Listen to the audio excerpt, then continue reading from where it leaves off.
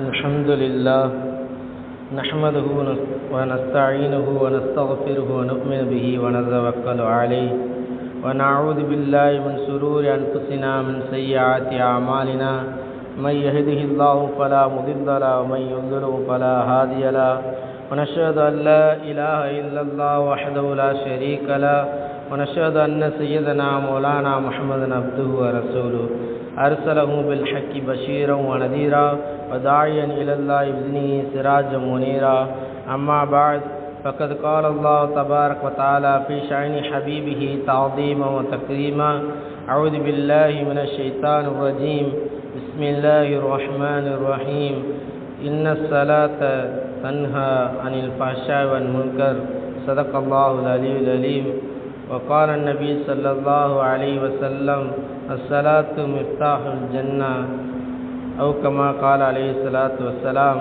اللهم صل على محمد طب القلوب ودوائها وعافية الأبدان وشفائها ونور الأبصار وضيائها وعلى آله وصحبه وسلم اللهم صل على محمد وعلى آل محمد كما صليت على إبراهيم وعلى آل إبراهيم إنك حميد مجيد اللهم بارك على محمد وعلى آل محمد كما باركت على إبراهيم وعلى آل إبراهيم إنك حميد مجيد قلت حيلتي أنت وسيلتي أدركني يا رسول الله புகழும் புகழ்ச்சியும் சர்வ படைப்புகளை படைத்து ரட்சிக்கின்ற அல்லாஹ்வுக்கே உரித்தாகட்டுமாக.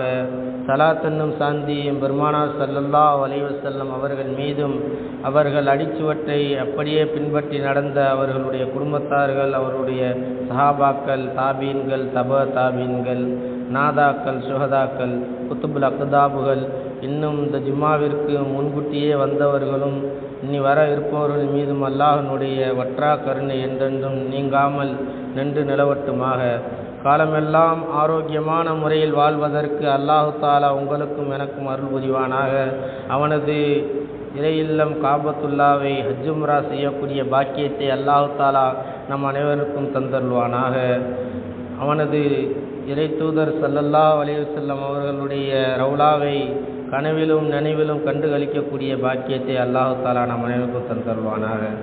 அன்பிற்குரியவர்களே, அல்லாஹ்வின் நல்லடியார்களே, அல்லாஹு தாலா இந்த உலகத்தில் படைக்கப்பட்ட நாளிலிருந்து ஆதம் அலைஹிஸ்ஸலாம் அவர்களிலிருந்து எம்பெருமானார் ஸல்லல்லாஹு அலைஹி வஸல்லம் அவர்கள் முதற்கொண்டு வணக்கம் என்பது ஒவ்வொரு முஸ்லிம்களின் மீதும் முஃமின்களின் மீதும் கடமையாக உண்டாகத்தான் இருக்கின்றது.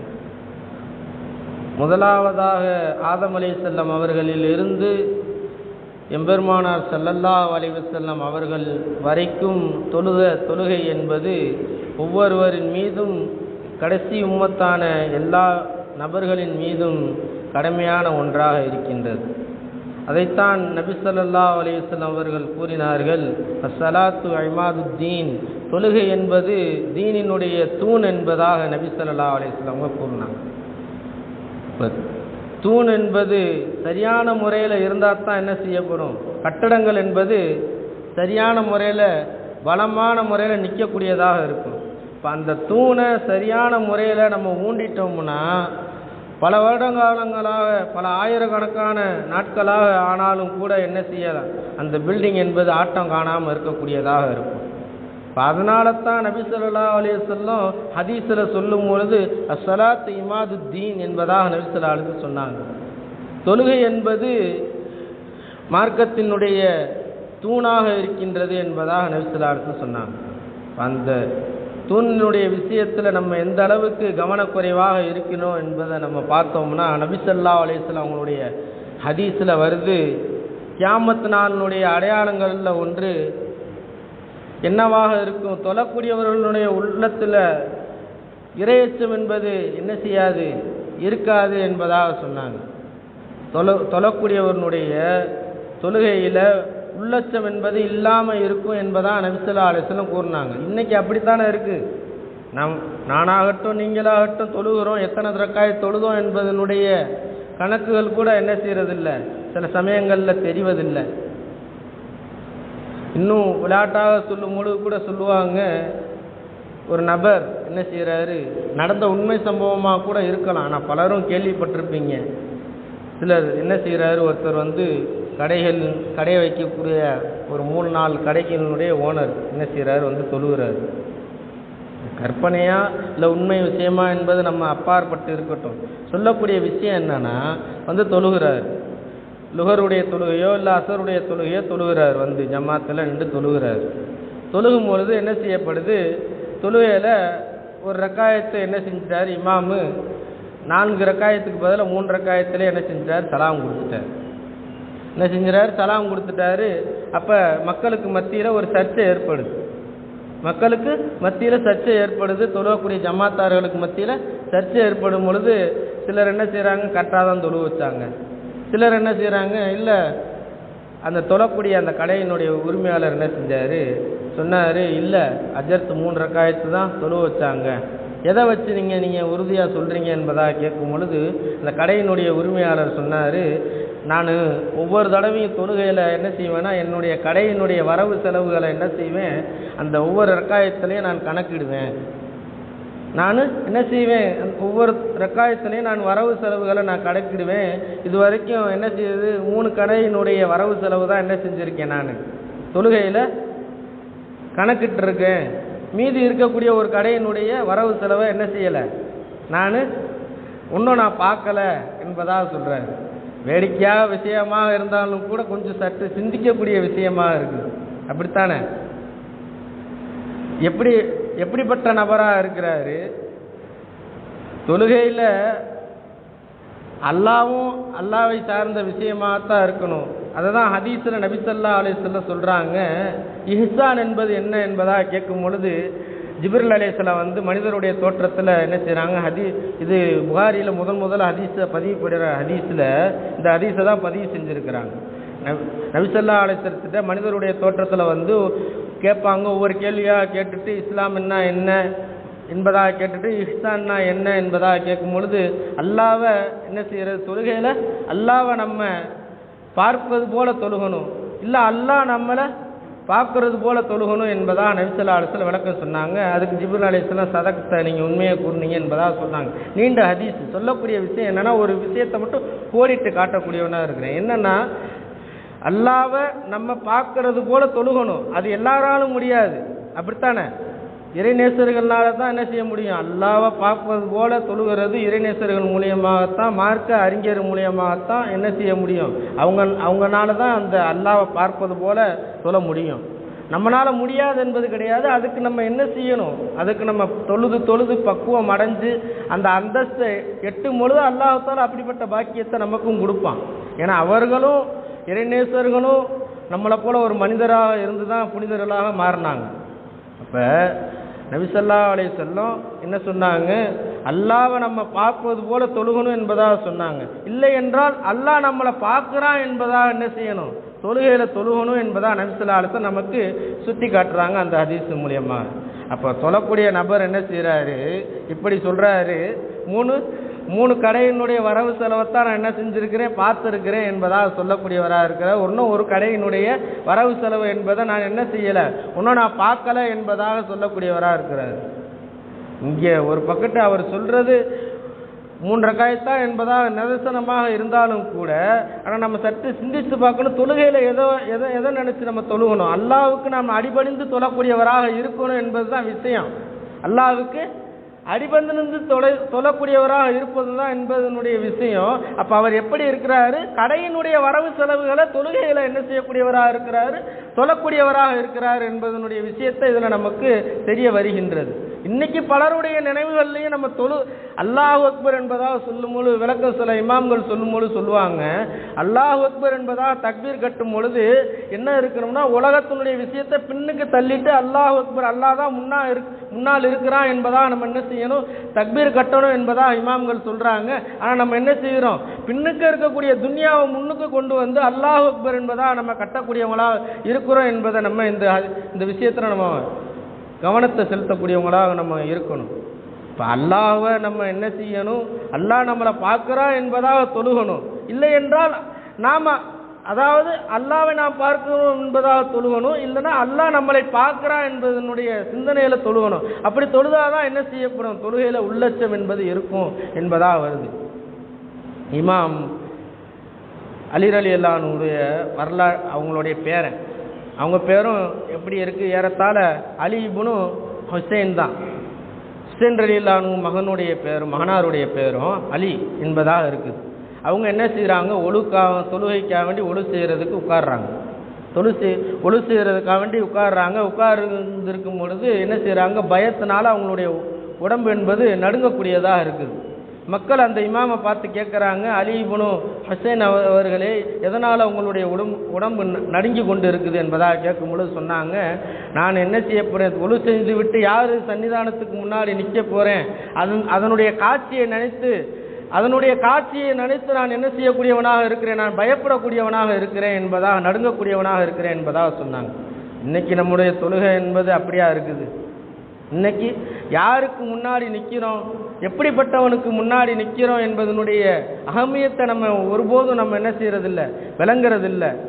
அதைத்தான் சொன்னாங்க நபி ஸல்லல்லாஹு அலைஹி வஸல்லம், உங்களுடைய தொழுகை என்பது எப்படிப்பட்டதாக இருக்குது, அது சொர்க்கத்தினுடைய திறவுகோலாக இருக்குது என்பதாக நபி ஸல்லல்லாஹு அலைஹி வஸல்லம் ஹதீஸில் சொல்லியிருக்கிறாங்க. இப்போ சொர்க்கத்தினுடைய திறவுகோல் எப்படி இருக்கணும், நம்ம அதை சரியான முறையில் தொழுதாதான், சரியான முறையில் இறையச்சத்துடன் தொழுதாதான் அந்த தொழுகை என்ன செய்யக்கூடியதாக இருக்குது, சொர்க்கத்தினுடைய திறவுகோலாக அமையக்கூடியதாக இருக்குது.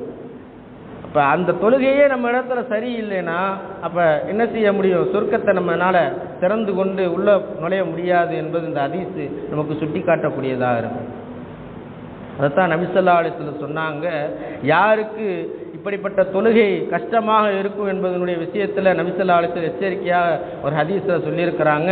ஃபஜ்ருடைய தொழுகையும் இஷாவுடைய தொழுகையும் சிலருக்கு என்னவாக இருக்கும், பெரும் பாரமாக இருக்கும் என்பதாக சொல்லிட்டு சொன்னாங்க. அவர்கள் எப்படிப்பட்டவர்கள் தெரியுமா, அவர்கள் தான் முனாஃபிக்கீன்கள் என்பதாக நபி ஸல்லல்லாஹு அலைஹி வஸல்லம் சொன்னாங்க. இன்னைக்கு நம்மளுடைய தொழுகை, ஃபஜ்ருடைய தொழுகையும் இஷாவுடைய தொழுகையும் நம்ம இடத்துல பலரிடத்துல என்ன செய்யாமல் இருக்குது, எடுபட்டு போனதாக இருக்குது. ஐவேளை தொழுகை என்பது நிதர்சனமாக உண்மையாக இருக்குது. பலர் 100% கூட என்ன செய்யறதில்லை சரியான முறையில். பள்ளிகள் என்பது நபி ஸல்லல்லாஹு அலைஹி வஸல்லம் சொன்னாங்க, கியாமத் நாளுடைய நெருக்கத்தில் பள்ளிகள் பெரிய மாளிகைகள் போல எழுப்பப்படும். பள்ளிகளை என்ன செய்வாங்க, அலங்கார பொருட்களை போன்று அலங்கரிக்கப்படுவாங்க. ஆனால் தொழக்கூடிய நபர்கள் என்பது என்ன செய்ய மாட்டாங்க, இருக்க மாட்டாங்க என்பதாக சொல்லுவாங்க. இப்போ அப்படித்தான் என்ன செய்யுது, ஏறத்தாழ கியாமத் நாளுடைய நெருக்கத்தில் நம்ம வந்துட்டோம். அடையாளங்களை, எத்தனையோ அடையாளங்களை, ஒரு சில அடையாளங்களை நம்ம கண்கூடாக பார்த்துட்டோம், கேள்விப்படக்கூடியவங்களாக இருக்கிறோம். எத்தனையோ வெளி நாடுகளில் என்ன செய்யக்கூடியதாக இருக்குது, வெயிலினுடைய வெப்பத்தினால அந்த மாநிலத்தினுடைய இருக்கக்கூடிய அந்த நாடில் எப்படி சூழ்நிலையெல்லாம் சொல்கிறாங்க, ஓடக்கூடிய காரினுடைய டயர் என்பது மிகவும் வெயிலினுடைய உஷ்ணத்தின் காரணமாக அது எப்படி ஆயிடுச்சுன்னா சல்லடையை போல ரொம்பவும் உருகி ஊற்றக்கூடிய சூழ்நிலையெல்லாம் இருக்குது. போஸ்ட் கம்பிகள் எல்லாம் என்ன சூழ்நிலையாக இருக்குது, வெயிலினுடைய தாக்கத்தினால இந்த போஸ்ட் கம்பிகள்லாம் மடிஞ்சு விழக்கூடியதாக இருக்குது என்பதாக சொல்கிறாங்க. அந்த அளவிற்கு வெயிலினுடைய உஷ்ணம் என்பது இருக்குதுன்னா, இன்னைக்கு பலர் சொல்லக்கூடியவங்களாக இருக்கிறாங்க, வெயில் காலமாக இருக்குது ஆனால் என்ன செய்யறதில்ல, அந்த காலத்தில் பனி அடிக்கக்கூடியதாக இருக்குது என்பதாக, சீதோசன நிலையில் மாறுது என்பதாக சொல்கிறாங்க. ஹதீஸில் வருது, நபி ஸல்லல்லாஹு அலைஹி வஸல்லம் சொல்லியிருக்கிறாங்க, கியாமத் நாளுடைய நெருக்கத்தில் என்ன செய்யப்படும், அடையாளங்கள், சில அடையாளங்கள்லாம் என்ன செய்யப்படும், வெளியாகக்கூடியதாக இருக்கும். அடிமை என்ன செய்வான், தன்னுடைய எஜமாட்டியை பெற்றெடுப்பான் என்பதாக நபி ஸல்லல்லாஹு அலைஹி வஸல்லம் சொன்னாங்க. இப்போ அந்த ஹதீஸில் அடையாளங்களில், கியாமத் நாளினுடைய அடையாளங்களில் இந்த அடையாளங்களும் சொல்லப்படுது. என்ன செய்யப்படும், தொழக்கூடியவர்களுடைய உள்ளத்தில் என்ன செய்யாது, இறையச்சம் என்பது இருக்காது. அவங்க என்ன செய்வாங்க, மாறாக இறையச்சம் இல்லாதவர்களாக தொழுவாங்க என்பதாக நபி ஸல்லல்லாஹு அலைஹி வஸல்லம் கூறியிருக்கிறாங்க. இப்போ நம்முடைய தொழுகையை சற்று சீர்தூக்கி நம்ம பார்க்குறது கடமையாக இருக்குது. இதுதான் நபி ஸல்லல்லாஹு அலைஹி வஸல்லம் தன்னுடைய காலத்தில் உமர் ரலியல்லாஹு அன்ஹு அவங்களுடைய தொழுகையை பற்றி சொல்லும் பொழுது சொன்னாங்க, உமர் ரலியல்லாஹு அன்ஹு தொழுகை வைக்கும் பொழுது என்ன செய்வாங்களாம், சூரத்துல் யூசுப் ஓதுவாங்க. சூரத்துல் யூசுப் ஓதுவாங்க. அதனுடைய அர்த்தத்தை கண்டு என்ன செஞ்சாங்க, அழக்கூடியவங்களாக இருப்பாங்க என்பதாக. அழுது எந்த அளவுக்கு ஆயிருச்சுன்னா அவங்களுடைய நிலைமை 1 மாத காலமாக படுத்த படுக்கையில் இருந்தாங்க என்பதாக வரலாற்று ஆசிரியர்கள் எழுதுகிறாங்க. முறையிலானு தொழுகையில் சூரா யூசுப் ஓதி அதனுடைய அர்த்தத்தை விளங்கினதுனால என்ன செய்யக்கூடியவங்களாக இருக்காங்க, அழுகிறாங்க. அழுது எந்த அளவுக்குன்னா அந்த அந்த தொழுகையினால் அழுதனுடைய தாத்பரியம் 1 மாத காலமாக படுத்த படுக்கையாக இருந்தாங்க என்பதாக சொல்லப்படுது. அந்த அளவிற்கு தொழுகையினுடைய உள்ளச்சத்தில் அல்லாஹ் அந்த கவனத்தை அதில் செலுத்தி இருந்தாங்க என்பது நம்ம வரலாற்று ரீதியாக நமக்கு தெரிய வருகிறது. இப்போ நம்முடைய தொழுகையில் இன்னைக்கு தொழுகையில் எத்தனை ரக்காயத் தொழுகிறோம் என்பதனுடைய சிந்தனைகள் கூட இல்லை. அதற்கு தொழுகையில் எத்தனை ரக்காயத்து தொழுதோம் என்பதனுடைய சிந்தனையை கொண்டு வர்றதுக்கும் என்ன செய்யப்படுது, மார்க்க அறிஞர்கள் சொல்லியிருக்கிறாங்க.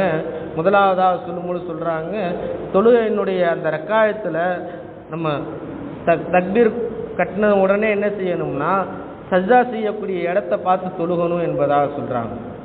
சஜ்ஜா செய்யக்கூடிய இடத்த பார்த்து தொழுதோம்னா என்ன செய்ய மாட்டான், தொழுகையில் இருக்கக்கூடிய சைத்தான் என்ன செய்ய மாட்டான், நமக்கு வழி எடுக்க மாட்டான் என்பதாக சொல்கிறாங்க. இரண்டாவதாக சொல்லும் பொழுது, நீங்கள் ருக்கு செய்வீர்களே ஆனால் 2 கால்களுக்கு மத்தியில் 2 கட்டை விரல்களுக்கு மத்தியில் என்ன செய்யுங்க பாருங்க என்பதாக சொன்னாங்க.